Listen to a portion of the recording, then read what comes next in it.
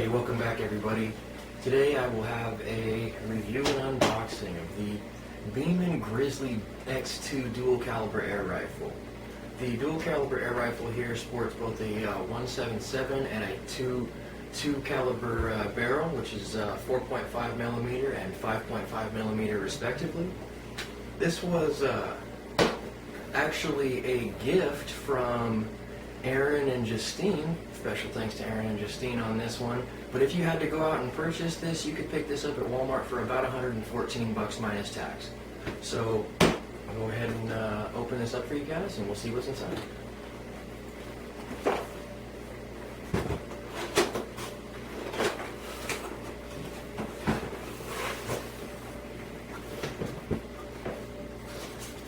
See multiple layers of foam. Initially, that's a good sign. It's always good to see quality packaging when unboxing something. You can see that the box consists of the rifle itself, nice sights, nice stock, safety sits in front of the trigger here, trigger feels smooth.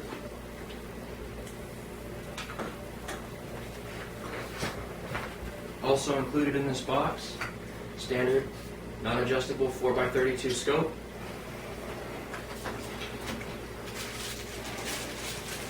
Allen wrenches, scope rings, an O-ring probably for the other barrel, and finally the 22 caliber barrel itself.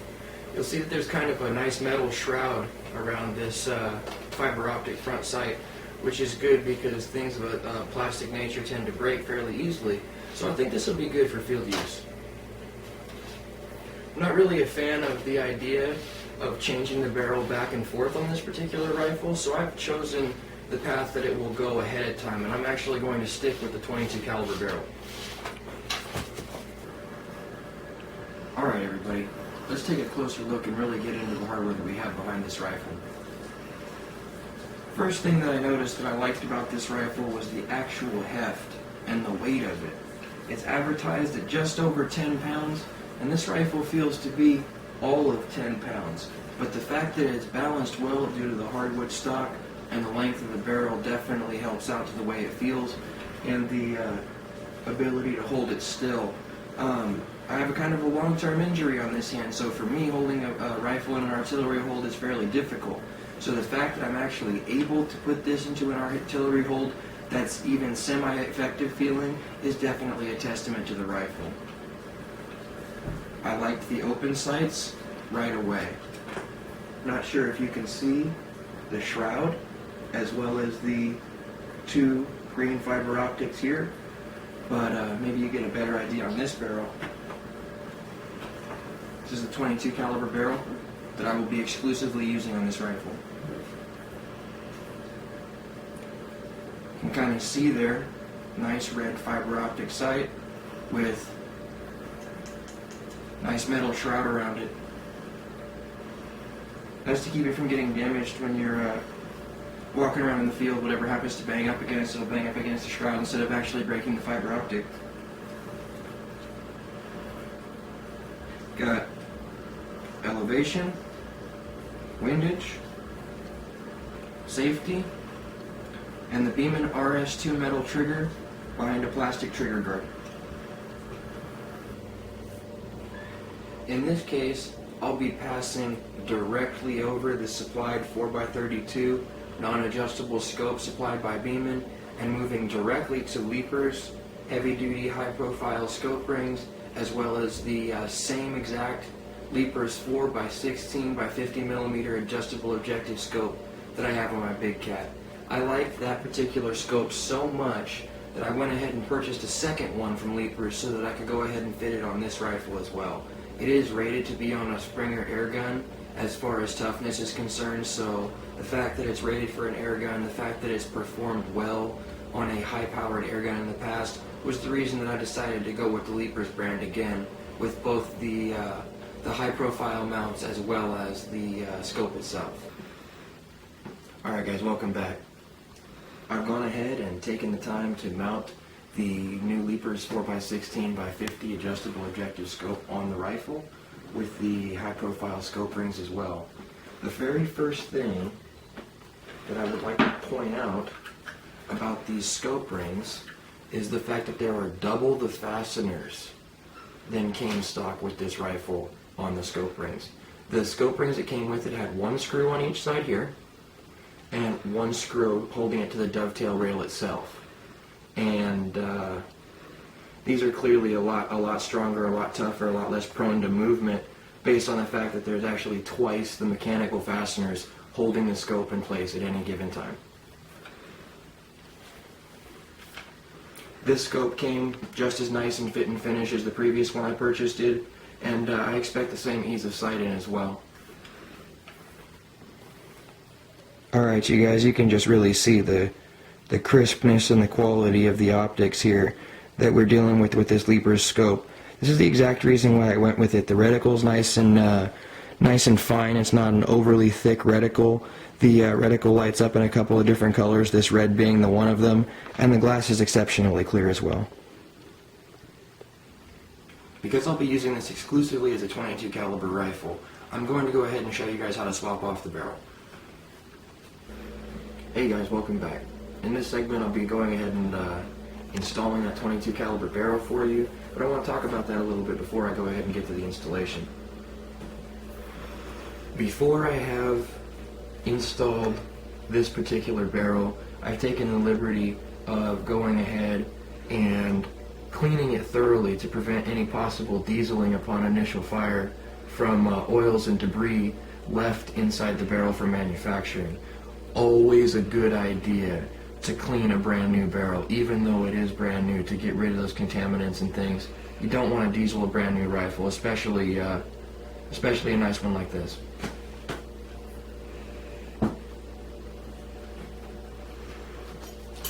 In this little bag of hardware that came with the rifle, there's 2 Allen wrenches, an extra set screw, and an extra breech seal.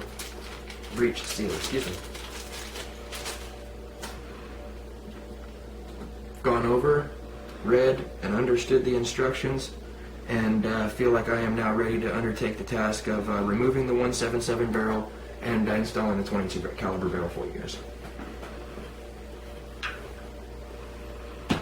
Take the larger of the 2 Allen wrenches,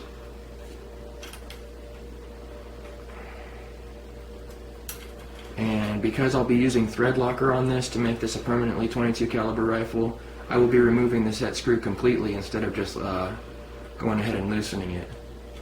You do have an extra one, but you don't want to lose it. Should just slide right out, as it does. Now you note that there is a slight coating of grease from the factory, a slight coating of lubricant. You're going to want to make sure that on the .22 caliber barrel you reinstall, you get that same nice light coating of grease, not only to aid in the installation, but prevent any water vapor or water that gets in there from rusting these 2 blued steel pieces together.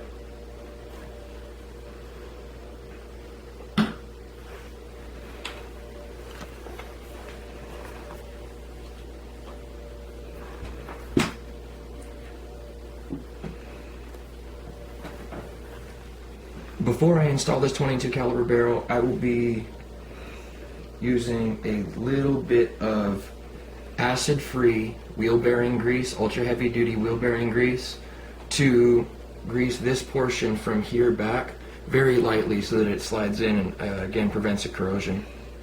Just use a Q-tip. Nice light coating all the way around, right about up to that port right there.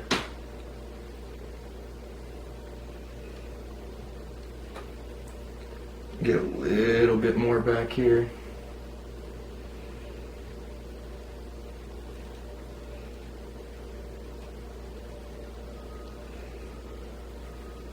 You can use the clean end at this point to go ahead and make sure that there's nothing in the end of it. Now that I've gone ahead and greased this up to par for myself, I'm going to go ahead and attempt to install this barrel for you. Should slide in as easily as the previous one slid out, and I'm basically just trying to align this little divot where that set screw will end up with this hole.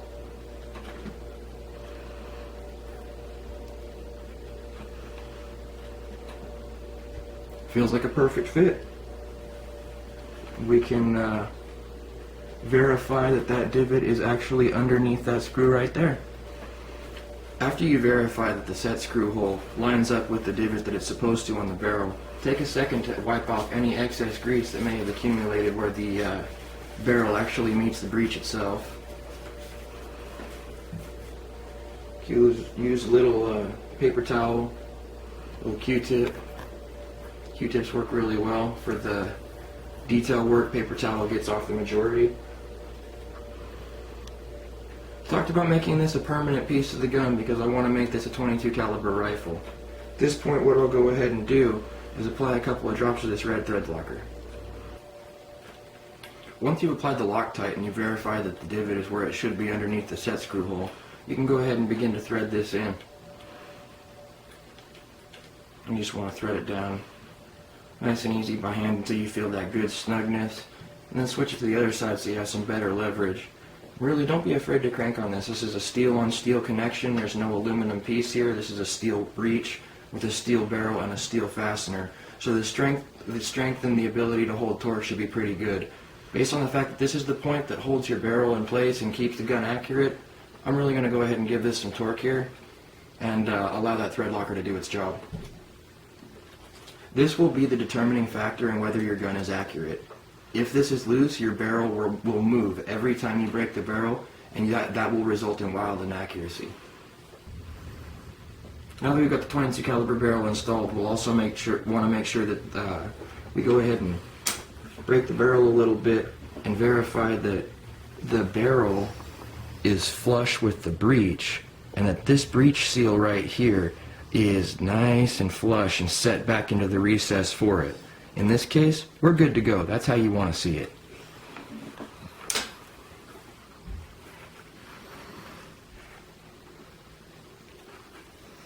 And that's it. That's how you install the .22 caliber barrel, or the 177 barrel if you're swapping back, on the Beeman Grizzly X2. I will be primarily running the Crosman Premier hollow point pellets through this rifle based on the fact that they have performed so well in the 177 caliber. This is my first step up to the .22 caliber rifles, and I feel like if it's performed well in 177, I'll give it a go in .22. I even went so far as to go ahead and push one of those Crosman Premiers through the barrel for you before I installed it, to kind of give you an idea of how nice the rifling actually is inside the barrel.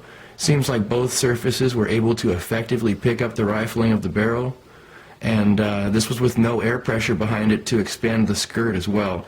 So this bodes very well for this particular pellet, and I will be using it exclusively in this rifle until I find something better.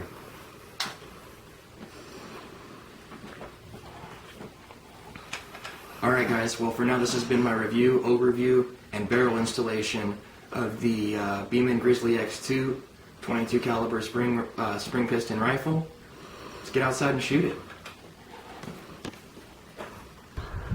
Alright you guys, now we'll be moving on to the shooting portion of this test. This morning I've run about 250 rounds through this particular rifle, so go ahead and give it a fair shot at the breaking before I do any accuracy testing for you guys. I'll be shooting at a distance of about 50 yards, the same 50 yards that I've paced off a whole bunch of times for you guys. And I will be using Crosman Premier hollow points because they have performed so well in the past for me.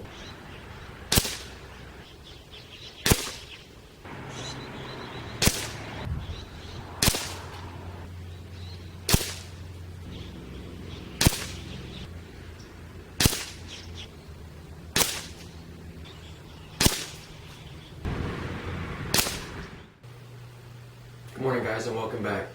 This morning I'll be going over my final thoughts on the Beeman Grizzly X2 dual caliber air rifle, and my final thoughts on it after completing the accuracy testing and the unboxing and the overall review and usage for a few days. I would say that I would give this air rifle 3 out of 5 stars based on the fact that I found the trigger to be absolutely egregious. I did not like the trigger whatsoever. You can call it RS1 or RS2 or whatever the case may be as far as that trigger's name tag may be concerned, But as far as the ability to accurately squeeze that trigger and effectively be able to control it, A, the shape isn't there, and B, the pull feels like it goes on for miles. I did not like this trigger at all. That's a big thing to say, considering the fact that my other break barrel rifle is a Gammo, and those have been talked about to have inherently bad trigger systems from the factory, yet I can group tighter groups at farther distances with my Gammo than I could ever hope to do with this Grizzly X2. One of the main things that I had against that trigger was the fact that it's squared off edges. It's a very square design on that trigger, which forces you to either use the very tip of your finger or the next pad. Neither one of those two options is convenient for me because my finger takes up most of the trigger guard. So I like the rounded off style trigger that can kind of fit in between the seam of these two pads on my fingertip. Not the case with the Beeman. Also, it feels like before the trigger breaks, there's a ton of just dead space as far as movement is concerned. It feels like nothing. A little bit of something breaks.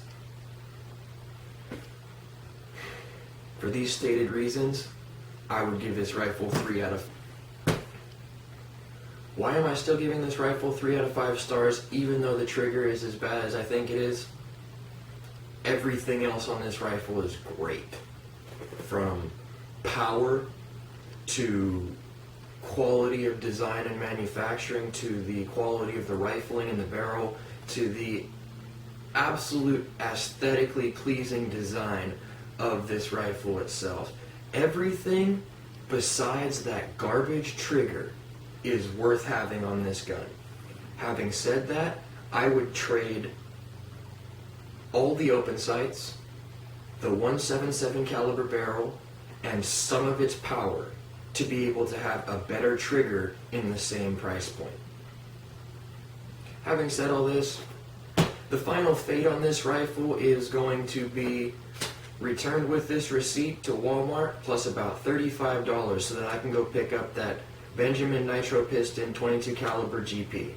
I feel like it will be a good head-to-head comparison in 22 caliber air rifles to see the Benjamin at a similar price point versus the Beeman at a slightly lower price point with the Springer instead of the Nitro Piston on this one.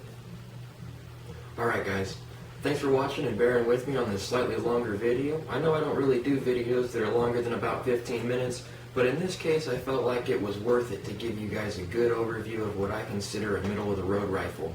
Alright you guys, rate and thumb me.